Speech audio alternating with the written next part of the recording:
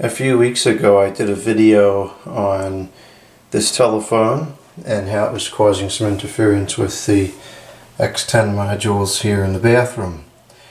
An individual wrote into the comments box and theorized that one of the capacitors in the power supply is spoiled or spoiling, and that seemed like a very logical and reasonable explanation to me.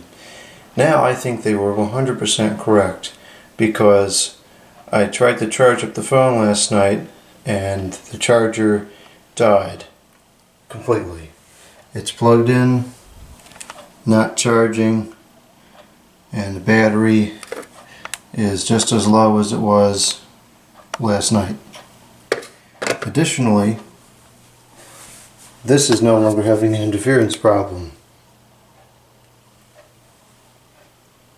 So it seems like this charger is just totally dead to the world. Now I don't know if it's the power supply or the charger itself. I suspect it's that power supply. It's easy enough to find out. This is a very interesting failure to me, because there's a lot of people that will claim electronics last longer if they're just left on constantly and never turned off or disconnected from the power supply. And I've never really been a subscriber to that theory, because capacitors and so forth have a finite lifespan. There's only so many hours they'll run before they fail. And so to me it would make more sense to turn something off when it's not in use and preserve the lifespan of the capacitors.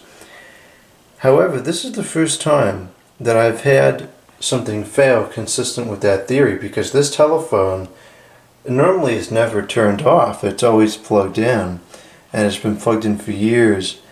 And now that I've started plugging in and unplugging it, it's failed. So I have to wonder if maybe there's some more truth to that theory than I've given it credit.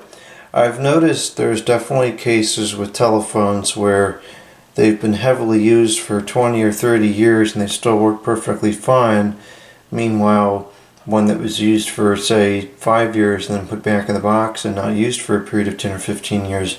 I've seen cases where those unused phones will fail seemingly more often than the ones that were used heavily, but this is the first time that I'm experiencing this phenomenon firsthand.